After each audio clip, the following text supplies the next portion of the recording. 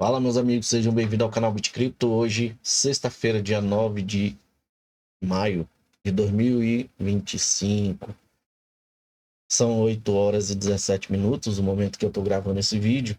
E eu vou trazer algumas atualizações aqui para vocês. Essa semana eu gastei um dia só para gravar alguns vídeos, né? Referente aí a uma série ligada ao Quital, né? O CEO e presidente da SBI Holding.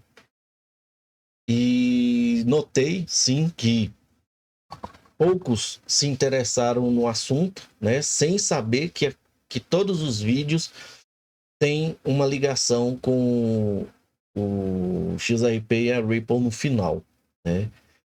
E uma coisa é você ficar ouvindo só assuntos relacionados ao mercado do XRP. E outra coisa é você, ou da Ripple. E outra coisa é você saber a história por trás das empresas de algumas empresas que foram criadas, né? E no caso, em especial, a Ripple Asia, né? Que fomenta o XRP Ledger lá no Japão. E por que que essa Ripple Asia foi aberta, foi criada? Quem foi as empresas envolvidas na criação dessa holding, né? Aprendemos o que é holding, né? Pelo menos eu imagino que você que assistiu tenha aprendido. E aprendemos a história de muitas instituições, de algumas, né, na realidade, de algumas instituições japonesas, né?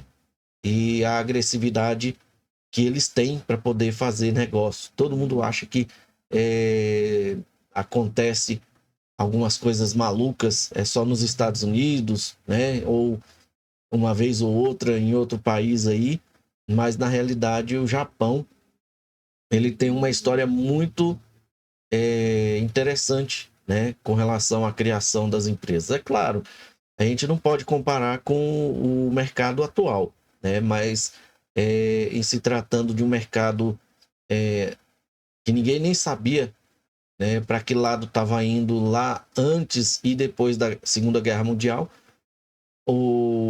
a disrupção, né, foi muito grande, né? Principalmente quando a gente vai nas informações da Nomura, né? Onde o filho de um empresário, né, tentou uma via, não deu certo, voltou para a empresa de família, né? Mas eu tô aqui, eu vou me empolgando e vou lembrando das informações, mas se você não assistiu, meu amigo, eu não, assim, você me desculpa, eu não sei o que que vocês estão fazendo procurando informações sobre XRP. Se você não souber a história, né, da, da criptomoeda, tem a série de Ed Nakamoto. Estou aí preparando o final da terceira série, onde vai ser uma série bem mais definida assim, em relação a cada um dos atores envolvidos ali na criação do projeto. Mas a gente vai focar mais assim, em termos, inicialmente, em cada um deles, a gente vai focar mais no que eles foram e o que eles criaram antes de chegar no XRP LED e depois o que eles fizeram lá no XRP LED, né? Isso é a terceira série da série de Ed Nakamoto. Mas tem muitas informações a respeito do XRP, mas as mais interessantes são a origem, né, das empresas, das pessoas que hoje estão entrando em blockchain, as que tiveram a coragem, né, de investir inicialmente, a ter a visão, falar assim, peraí, isso aqui pode ser, ou isso aqui é o futuro, né? E igual a SBI foi lá, e aí você tem que assistir de hoje aí, tá? Bom, pessoal, começando aqui, né, a informação de que a Robinhood finalizou a compra, né? Foi aceito lá pelos reguladores e finalizou a compra aí da Bitstamp. Anunciado aí também uma documentação referente a Ripple, né? Vocês veem que o mercado está começando a movimentar por conta disso, né? A SEC e a Ripple arquivaram os documentos deles, nós vamos chegar nesse ponto, mas antes nós vamos passar por algumas atualizações aqui. Então, o 589 Touro está falando aqui que a Robinhood acabou de comprar a Bitstamp. Eu não fui diretamente no site da Bitstamp, tá, gente? Mas se a gente clicar aqui, ó, na Bitstamp e depois a gente ir atrás aqui da Robinhood, provavelmente eles deveriam ou devem ter alguma coisa lá já, né, falando a respeito da compra, tá? Estratégias aqui, vamos ver. Geralmente eles devem colocar alguma coisa aqui, né? Mas nós não vamos perder muito tempo aqui não, tá, gente? Depois a gente aprofunda mais nisso aqui, tá? Para quem não sabe, a Robinhood, ela é uma exchange. Não era nem uma exchange. Ela não era uma exchange, ela é uma plataforma de tipo de marketplace de oferta de criptomoeda e depois foi aprimorando ali, né? Mas ela não tinha como você fazer trade, você só comprava e mandava para sua carteira. E ela foi aprimorando, foi conseguindo algumas licenças e perdendo licenças, né? Perdendo licença, sim. Ela tentava e não conseguia, né? Então a gente chama de perder licenças. E de repente ela resolveu que queria comprar aqui, né? A Bitstamp. Bitstamp que tem, né? 10% aí da Ripple e é um carro-chefe, né? Que a Ripple estava tendo aí em relação a listagem e negociação e gateway do XRP Ledger. Então a explicação do 589 Touro aqui é muito interessante, né? Porque muitas das vezes é a visão que ele teve, né, dessa negociação e o que é que está acontecendo aí com as mudanças que a Robinhood recebe, né, quando ela faz essa aquisição. Então tá aqui, ela acabou de comprar a Bitstamp por 200 milhões, 50 milhões a menos que a Metaco, né, que a Ripple adquiriu. A Bitstamp é a realeza da RippleNet, né, uma das corretoras mais antigas e compatíveis do planeta. Integração profunda com o ODL, ela já tem. Hub de liquidez no XRP Ledger. Licença em mais de 50 jurisdições. Olha só, gente, ela levou 50 jurisdições, 50 licenças aí. E eles foram vendidos por 200 milhões. Isso é posicionamento estratégico, não descoberta de preço. Lembra daquilo que eu venho falando para vocês aqui, o que estava acontecendo sobre a questão da Circle, né? Eu até pergunto aqui para vocês, cadê os food? Cadê as pessoas, as empresas e as mídias que estavam trazendo informações de que a Ripple queria comprar a Circle? Estava pondo 4, 5 bilhões e depois veio uma notícia de que ela estava melhorando o preço para 20 bilhões. Gente, vamos ver, né? Vamos pôr o pé no chão. A Ripple está acabando de gastar aí 50 milhões, não é bi não, 50 milhões pagando uma multa. Ela está avaliada em 15 bilhões. Ela ia comprar a Circle por 20 bilhões? Ela ia meter o dinheiro de quem ali dentro? Não sei, né? A Bitstamp, né, da Robinhood Trilhos Globais. Acesso a clientes institucionais, back-end de stake e empréstimos. Corredores de XRP já operacionais, ela também consegue aí para Robinhood. Essa é uma aquisição de nó de utilidade de reinicialização. Aqui tem a questão da tradução, tá, gente? A gente pode também pedir a tradução por aqui, ó. Essa é uma aquisição de nó de utilidade e de reinicialização. Robinhood não é o verdadeiro jogador aqui. Olhe mais profundamente. Você está assistindo a uma transferência, né, de reguladores, jogadores amigos do tesouro. acesso pelos fundos dos corredores da Ripple. Não foi uma compra, foi uma jogada de xadrez, diz ele aqui. Pergunte a si mesmo isso. Se a Bitstamp é tão crítico para o fluxo do XRP, por que eles venderiam agora? É uma pergunta muito interessante isso aqui, tá, gente? Realmente, se a Bitstamp é tão crítico para Ripple ou para o XRP Ledger, né, nos corredores, por que que eles venderiam agora? Lembra que a Bitstamp foi uma das que receberam o aval da RLUSD? É, meu amigo. E até a RLUSD vai estar lá na Robinhood já, né? Simples, a reinicialização está chegando online. O controle sobre os canos e é mais importante do que o controle sobre a moeda, as moedas.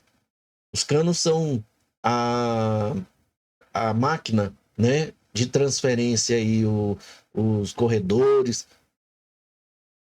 Você não precisa possuir XRP para controlar XRP. Domine os trilhos, seja dono das bolsas, seja dono dos gateways. Robinhood acaba de se tornar um guardião. E eles conseguiram isso por uma ninharia. Você está observando a infraestrutura financeira se consolidar. Eles acabaram de comprar a ponte e agora estão cobrando o pedágio, né? Bom, vamos seguir aqui que teve um comentário interessante que o cara fez aqui. Ele fala assim: Robinhood é uma M. Lembro-me de quando eles interromperam as negociações na GME e na AMC só para seus amigos dos fundos de hedge pudessem sair de suas posições. E depois deixaram que nós, o povo comum, fôssemos completamente queimados, pegando uma faca. A Robinhood é corrupta como o dia, não é confiável. Aí o cara responde aqui: diga-me uma corretora que não removeu o botão de compra em janeiro de 2021. Lembra, gente, quando teve aquele boom que o Elon Musk começou a falar de Bitcoin? Na GME. Lembro-me de tentar na Fidelity, ó, E-Trade, Webull e Robinhood. Todas removeram o botão de compra. Nenhuma delas é confiável, mas você precisa delas para jogar. Então, só não ache que uma seja melhor que a outra. Beleza? Interessante também as respostas, né? E aqui mais uma informação interessante, né? A carta interpretativa aqui, lá do Gabinete do Controlador da Moeda, né? Que é o OCC. Está dizendo aqui do esclarecimento da autoridade bancária sobre serviços de custódia de criptoativo.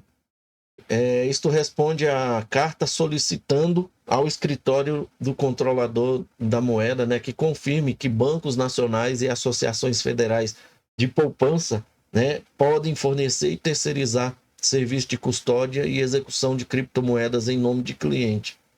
Especificamente, você solicita ao OCC que confirme que os bancos podem comprar.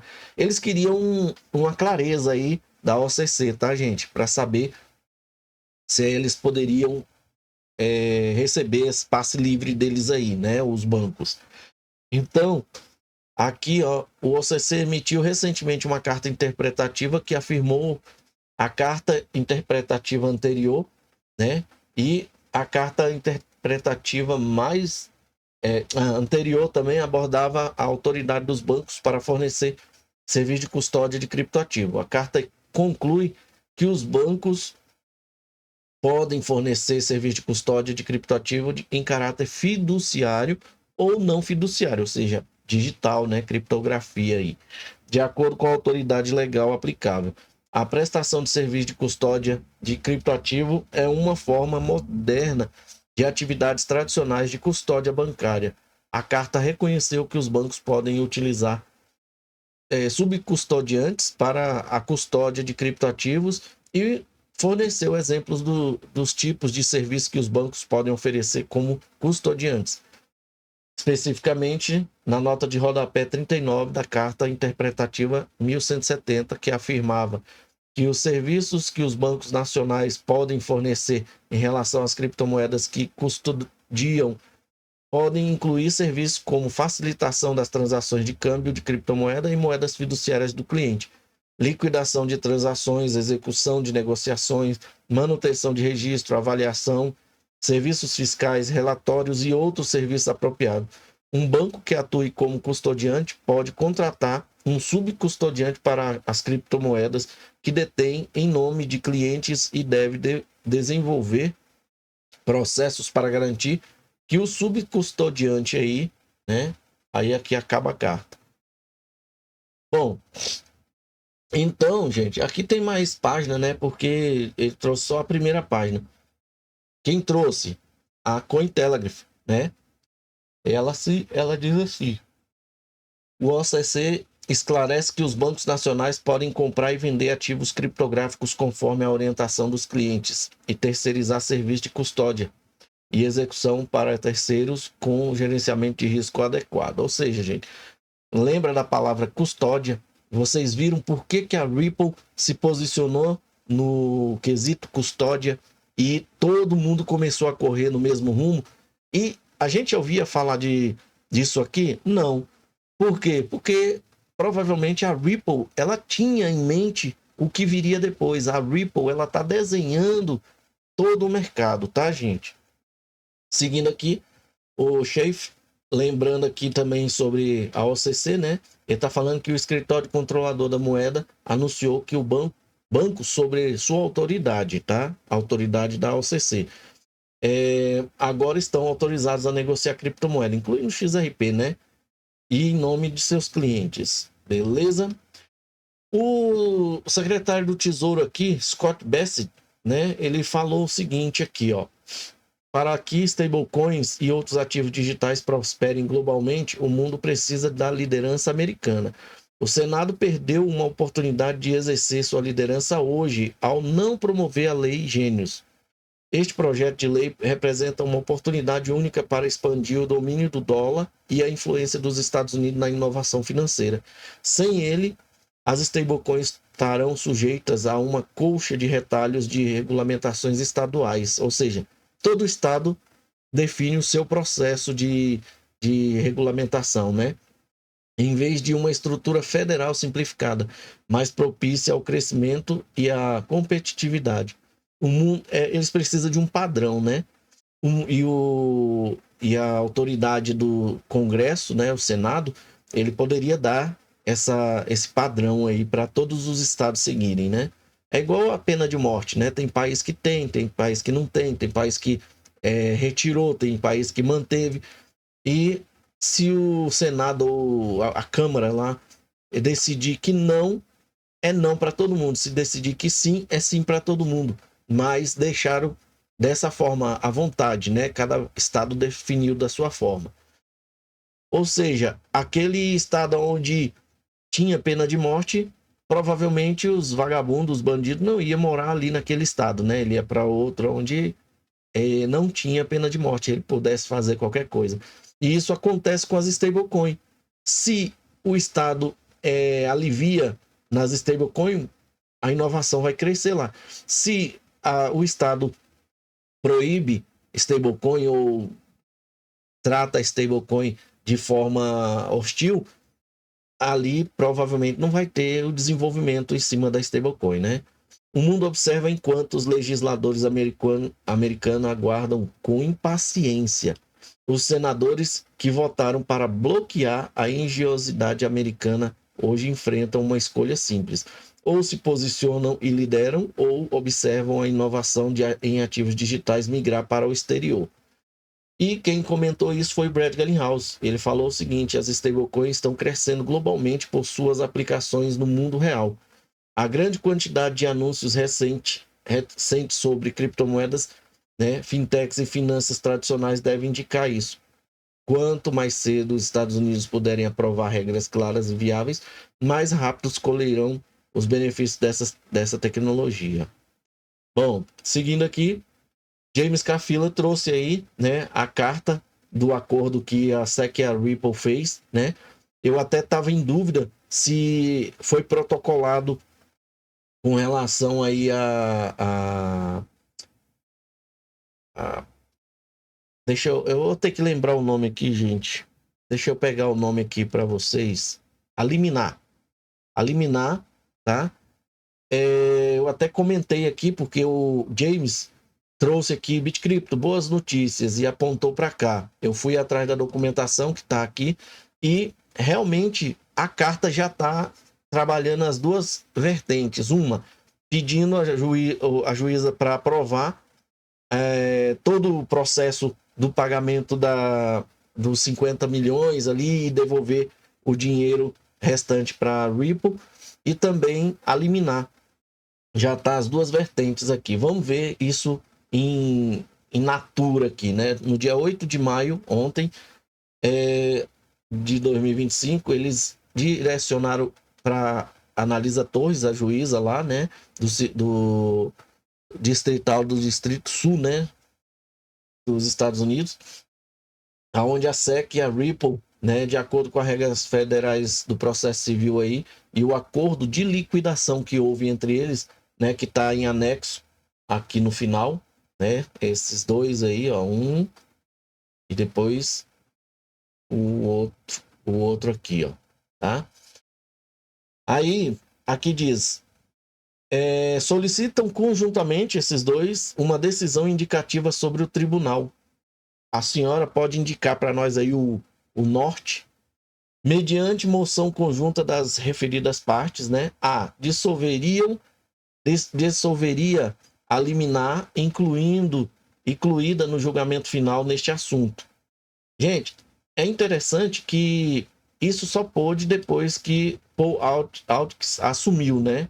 Toda essa abordagem aqui, só depois que ela assumiu. Antes não poderia, né? Porque tinha um presidente interino lá e ele não poderia meter as caras, né? Mas está pedindo a dissolução, né, da liminar. A liminar que eu falei para vocês, se a juíza for bem rígida, ela vai virar e falar assim: vocês não podem me fazer de palhaça. Ou ela pode falar: ó, eu tô me sentindo aqui uma palhaça, mas eu vou fazer isso para vocês. É isso que a gente tem que esperar. Tomara que ela dissolva isso, né? E tomara que não também, né? Porque se ela não dissolver, a gente vai ter o benefício da Ripple não vender no mercado direto, né? Para as instituições. E se ela liberar isso, vai ser bom também, porque ela vai tratar com muitas outras empresas, ou seja, vai dar uma força muito grande para o XRP em relação aos institucionais, porque a Ripple ela vai poder negociar juntamente com as instituições. Ah, mas as instituições vai comprar dela, mas não vai comprar a gente. Vai alugar dela, mas não vai comprar a gente no mercado secundário. Gente, instituições, elas vão ter que comprar de custodiantes regulamentados, independente de qualquer coisa, tá? De certa forma, as custódias, os custodiantes, eles comprariam da Ripple, né? Deixariam em custódia, e os bancos interessados ou comprariam ou fariam a aquisição de ETFs para poder se expor ao criptoativo, ou usaria comprar, né, no mercado secundário ali e fazer as suas declarações para poder... Gente, vai ter um monte de forma de os institucionais adquirir esses XRP, tá? Então, essa liminar, ela pende tanto para um lado como para o outro em benefício para nós e sem benefício para a Ripple. E para nós até tem dois benefícios, para a Ripple só um, né? Que ela vender diretamente para o pessoal lá, para os institucionais. E para nós não. Para nós tem os dois. Porque de toda forma a gente só está esperando o preço subir, né? Ou seja, nós estávamos ali em cima, chegando a 2,10 e já estamos a 2,40, provavelmente por conta desse arquivamento aqui da Ripple, né? Mas a SEC. Se a juíza dissolver isso aqui, meu amigo, acabou o processo. Ela só tem que pedir o prazo para poder emitir o parecer final e encerrar o processo, tá?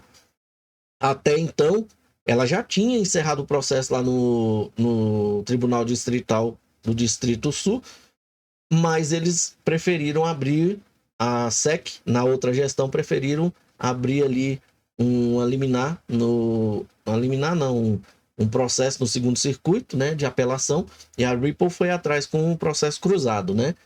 E aí recomeçou tudo de novo. Mas como a juíza deixou a jurisdição para aquele tribunal, eles tiveram que voltar nela para falar, ó, nós queremos mudar as coisas aí de novo, tá? Vamos ver se ela vai aceitar. E aqui, ó, isso foi na letra A, né? Na letra B, determinar que a conta calção que contém a multa de 125 milhões imposta à Ripple na sentença final seja liberada e distribuída, com 50 milhões pagos à SEC em cumprimento integral dessa multa e o restante pago à Ripple, devolvido à Ripple. Caso o tribunal emita a decisão indicativa solicitada, a SEC e a Ripple moverão a ação ao Tribunal de Apelação dos Estados Unidos para o segundo circuito, né, para o reenvio limitado para buscar tal reparação junto a este tribunal. Essas medidas refletem um acordo firmado entre a SEC e os réus, né? E aqui fala do fundo, né?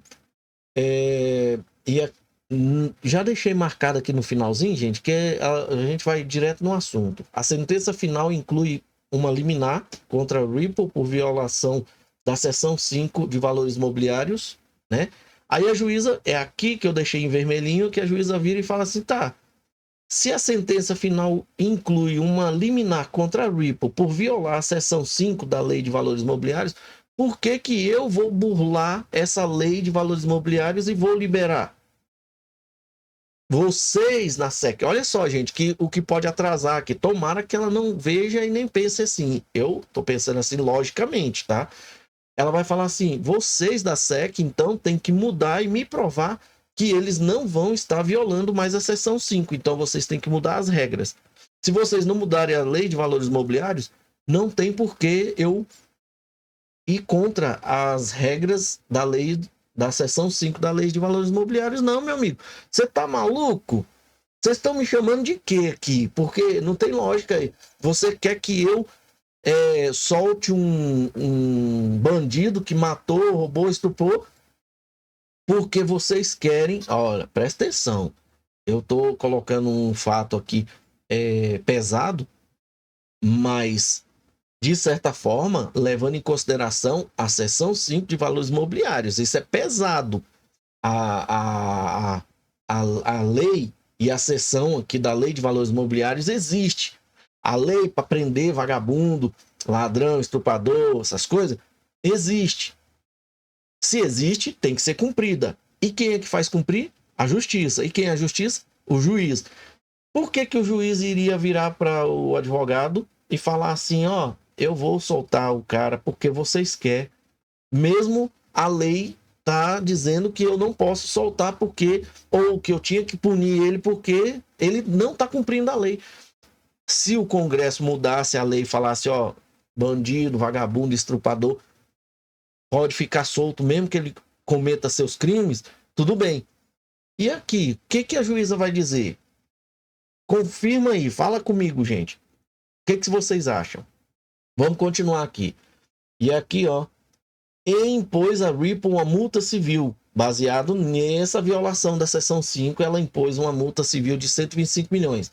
Em 4 de setembro de 2024, o tribunal emitiu uma ordem suspensiva da execução da parte monetária da sentença final, prevendo, em outras coisas, que a Ripple depositaria 111% do valor da multa civil em uma conta remunerada, em nome do advogado da Ripple, beleza?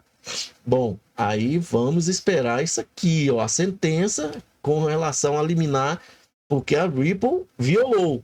A juíza viu por esse lado, a SEC provou porque existe a lei e por que a juíza vai ter que burlar essa lei. Será que ela vai burlar essa lei? Aqui eles vão falar sobre o acordo de liquidação, né? Onde na primeira parte as partes entraram com um pedido ao Tribunal de Apelação para que o recurso da SEC e os recursos cruzados da Ripple fossem suspensos, né? Inclusive denigrindo a decisão da juíza, dizendo que ela errou.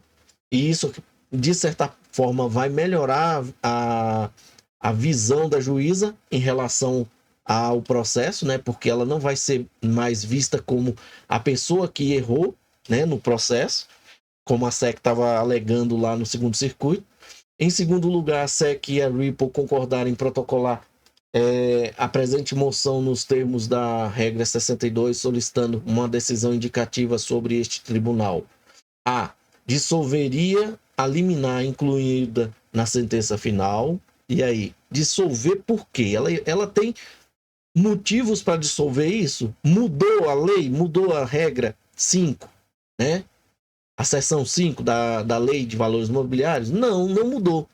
É capaz dela exigir que a SEC altere aquilo ali. Se ela exigir e a SEC tiver que alterar aquilo para ela tirar essa liminar, a SEC vai perder muitas coisas por aí, muitas decisões tomadas em cima daquilo ali no mercado tradicional vai cair por água abaixo. Preste atenção nisso. B. Determinaria que a conta calção contendo a multa, né, da sentença final fosse liberada e distribuída, né, pagando a SEC e devolvendo o restante para a Ripple.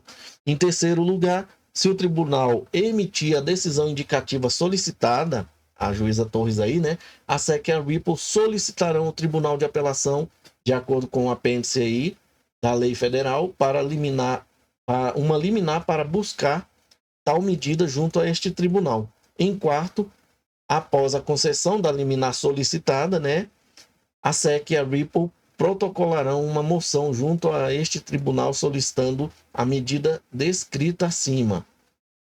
Quinto, após a dissolução da liminar e a liberação e a distribuição dos fundos sob custódia, conforme estabelecido acima, a SEC e a Ripple solicitarão ao Tribunal de Apelação que indefira, respectivamente, tá, os recursos da SEC e o recurso cruzado da Ripple. Além disso, o acordo de transação estabelecida que as partes concordam que não buscarão anular ou alterar qualquer parte da ordem de julgamento sumário do tribunal. Ou seja, nada do julgamento sumário vai ser mexido mais. Eles estão dizendo aqui, o acordo estabeleceu isso. Só tirar a liminar, né? Rescindir aí, né? Dissolver a liminar e fazer a liberação do dinheiro aí para os dois receberem aí, tá? E aqui embaixo vem os anexos, tá?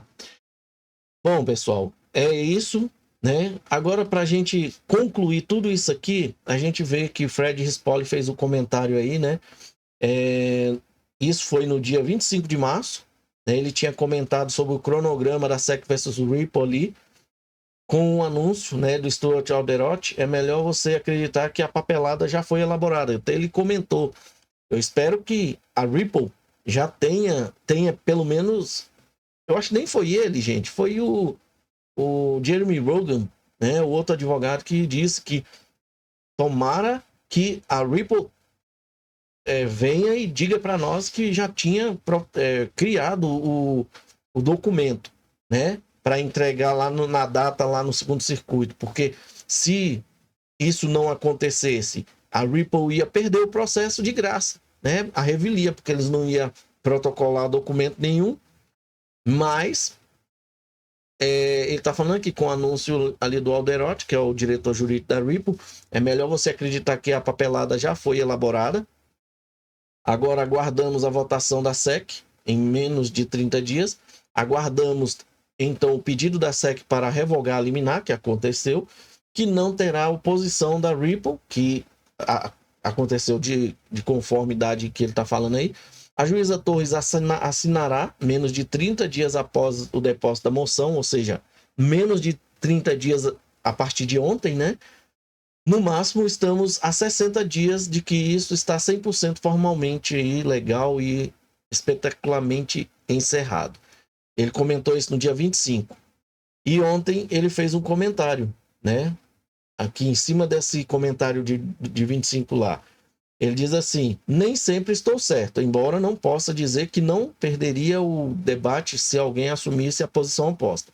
Mas quando se trata de direito e estratégia jurídica, geralmente ele está acertando, né?